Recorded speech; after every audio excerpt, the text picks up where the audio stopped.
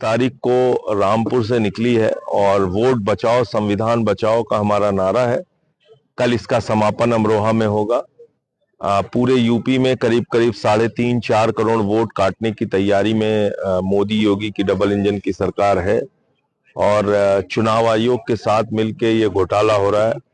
अकेले मुरादाबाद में 14 लाख वोट काटे जा रहे हैं, यानी करीब करीब औसतन 2.25 लाख वोट एक कॉन्स्टिट्यूंसी में काटा जा रहा है। ऐसी स्थिति में फिर चुनाव का कोई मतलब नहीं बचेगा। जो काम इन्होंने बिहार में किया वही यूपी में दोहराने जा रहे हैं। बिहार में भी 60-70 हजार वोट एक एक कॉन्स्टिट्यूंसी में काटे थे और वहां से बीजेपी 8,000-10,000 वोट से जीती। अब अगर 2.25 लाख वोट कट जाएगा तो फिर बीजेपी के लिए एक तरफा चुनाव रहेगा। जो शर्तें हैं चुनाव आयोग की वोट बनवाने की, वो इतनी कठिन और मुश्किल है कि यूपी के लिए तो, लोगों के लिए तो बहुत ही मुश्किल है, बहुत ही असंभव है। कह रहे हैं आप जन्म प्रमाण पत्र लेके आइए, या अपने जमीन का कोई कागजात लाइए, या पासपोर्ट लाइए, या हाई स्कूल का सर्टिफिकेट लाइए। अब आप बताइए 50 साल का एक आदमी जो पढ़ा लिखा नहीं है, 50 साल का एक आदमी जिसके पास जन्म प्रमाण पत्र नहीं है, हाई स्कूल का सर्टिफिकेट नहीं है, पासपोर्ट होने का तो सवाल ही नहीं है, जमीन का एक टुकड़ा भी नहीं है उसके पास, तो उसका वोट कैसे बनेगा?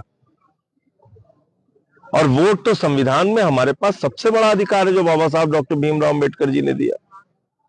और उन्होंने कहा राष्ट्रपति से लेकर चपरासी तक के वोट की गिनती एक होगी, वोट का किसी का ज्यादा और कम नहीं गिना जाएगा। और आप उसी वोट पे चोरी कर लेना चाहते हैं, वो भी 4 करोड़। पंजाब की आबादी है 3 करोड़। एक राज्य की आबादी से 1 करोड़ ज्यादा वोट, कई छोटे छोटे राज्यों का जितना, कई राज्यों को मिला लेंगे जितना उनका वोट होगा, उससे ज्यादा वोट काटा जा रहा है यूपी के अंदर। अब बाबा जी एक हाथ और आगे कह रहे हैं हम डिटेंशन सेंटर बनाएंगे सबके लिए। तो उत्तर प्रदेश में एक देश बनाना पड़ेगा 4 करोड़ लोगों के लिए। 4 करोड़ जो दलित, पिछड़े, मुसलमान जिनके वोट काटे जाएंगे वो सब डिटेंशन सेंटर में रहेंगे।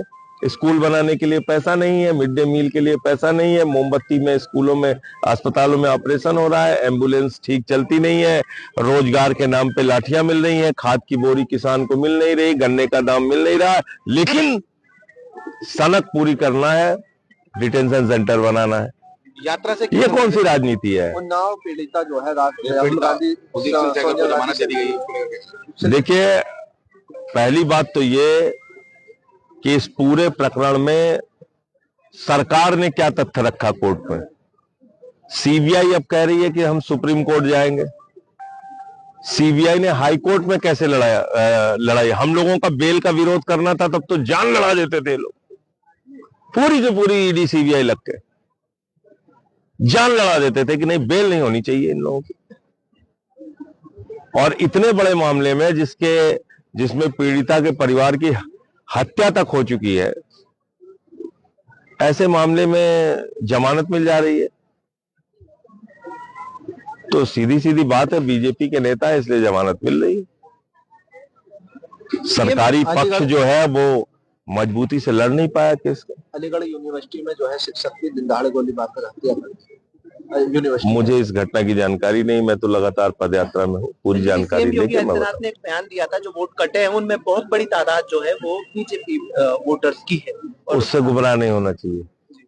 ये उतना ही बड़ा मजाक है जितना कपिल शर्मा के शो में आप देखते हैं, तो उसके चक्कर में मत पड़िए। सर, क्रिसमस की मतलब बीजेपी अपना वोट कटवाने के लिए एसआईआर कराएगी, ये बात किसी को यकीन होगा तो उन लोगों के इन बातों के, और विपक्ष वाले भी मैं देखता हूं कि इस बात से खुश है, उनको बिल्कुल खुश नहीं होना चाहिए। मैं दिखाता हूं किसके किसके वोट काटे जा रहे हैं।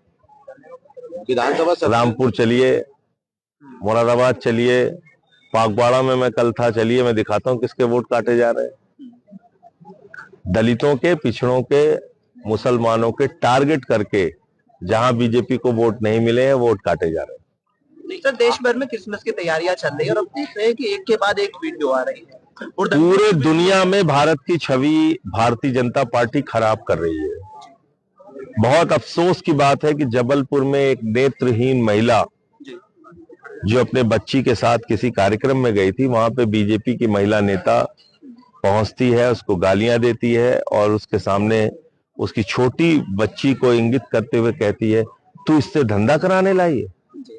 ये शब्द है, एक नेत्रहीन महिला का इतना अपमान, और ऐसी पार्टियों को लोग वोट दे के सत्ता में बिठाते हैं।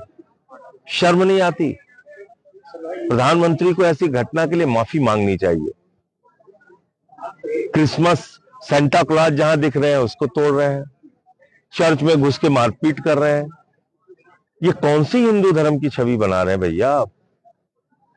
कौन सी हिंदू धर्म की छवि बना रहे हैं? वहां बरेली में चर्च के सामने जाके हनुमान चालीसा का पाठ कर रहे हैं। हनुमान जी ने आपको ये कहा है?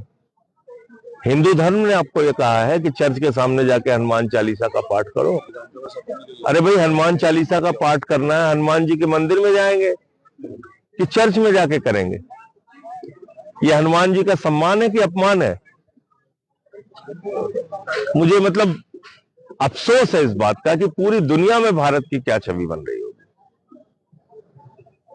आज न्यूजीलैंड जैसे देश में भारत के लोगों का विरोध हो रहा है, कनाडा में हो रहा है, यूएस में हो रहा है, डेनमार्क में हो रहा है, ऑस्ट्रेलिया में हो रहा है, यूके में हो रहा है, फिर भी हमारी आंख नहीं खुल रही। सर, ये इन लोगों पर कार्रवाई ना हो पाना, सर इसी में सवाल है, इन लोगों पर लगातार कार्रवाई नहीं होना, क्या ये सरकार से जुड़े हुए लोग हैं ना, ये बीजेपी से जुड़े हुए लोग हैं, तो क्यों कार्रवाई होगी? विधानसभा सत्र चल रहा है, योगी आदित्यनाथ मुख्यमंत्री का आदेश है कि कोई भी जो माफिया है उसको बख्शा नहीं जाएगा, उसको बुलडोजर की कार्रवाई की जाएगी। भैया, डायलॉग सुनते सुनते मैं थक गया। उनको कहिए किसी फिल्म में काम करें, अच्छा डायलॉग बोले, थोड़ा थक गया सुनते सुनते। सर, ये हिंदू किसी को बख्शा नहीं जाएगा, किसी को छोड़ा नहीं जाएगा। तो बुलडोजर की कार्रवाई सुप्रीम कोर्ट की रोक के बावजूद भी बुलडोजर की कार्रवाई की जा रही है, उसको लेकर क्या कहेंगे? कोडीन मामले में हुई, उसमें क्यों नहीं बुलडोजर चला? उसमें तो नहीं चला। कर दिया है कोडीन मामले में। देखिए, ऐसा है, उसमें तो सरकार के लिए एक भी बच्चा मरा ही नहीं कोडीन सिरप से। सरकार का बयान यही विधानसभा में आया ना कि एक भी बच्चा नहीं मरा। तो जब सरकार अपना गुनाह ही नहीं मान रही है, कोई गलती ही नहीं मान रही है, तो फिर वो जांच क्या कराएगी? और दोषी कौन है फिर? क्या देखते हैं? मुहिम चला रखी है लोगों ने। किस चीज की? किसने चला रखी है? सरकार ने।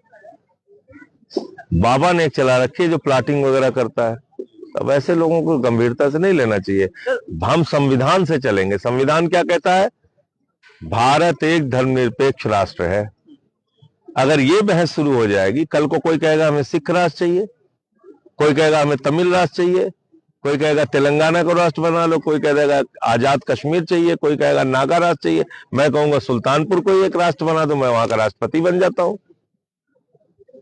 अरे देश संविधान से चलेगा कि ऐसे ड्रामेबाजी कोई भी खड़ा होके हिंदू राष्ट्र चाहिए, अमरोहा राष्ट्र चाहिए, ऐसे थोड़ी चलेगा। इस यात्रा से क्या संदेश देना चाहते हैं? वोट बचाने के लिए घर से निकलिए।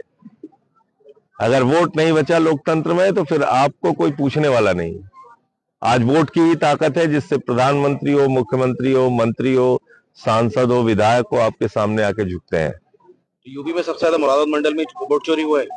नहीं, और भी जगहों पे हुआ है, लखनऊ में हुआ है, गाजियाबाद में हुआ है, बहुत जगहों पे हुआ है। बाकी जगह भी अभी लिस्ट ये करेंगे, यात्राएं अरावली की पहाड़ी करेंगे। मुद्दा चल रहा है, क्या अरावली की पहाड़ी पे सरकार पीछे हो गई। वो अभी हमारी जो मुख्यमंत्री थी उसने बताया कि रेखा गुप्ता की हमारा मंत्री जाता है पहाड़ के ऊपर खड़े होके, कूड़े के पहाड़ पे खड़े होके कहता है तेरे को जाना होगा भाई। तो मोदी जी भी चले गए एक दिन अरावली पर्वत पे, वहां जाके उन्होंने कहा तेरे को जाना होगा भाई। फिर जनता सड़कों पे आ गई तो फिर उन्होंने कहा तेरे को रुकना होगा भाई।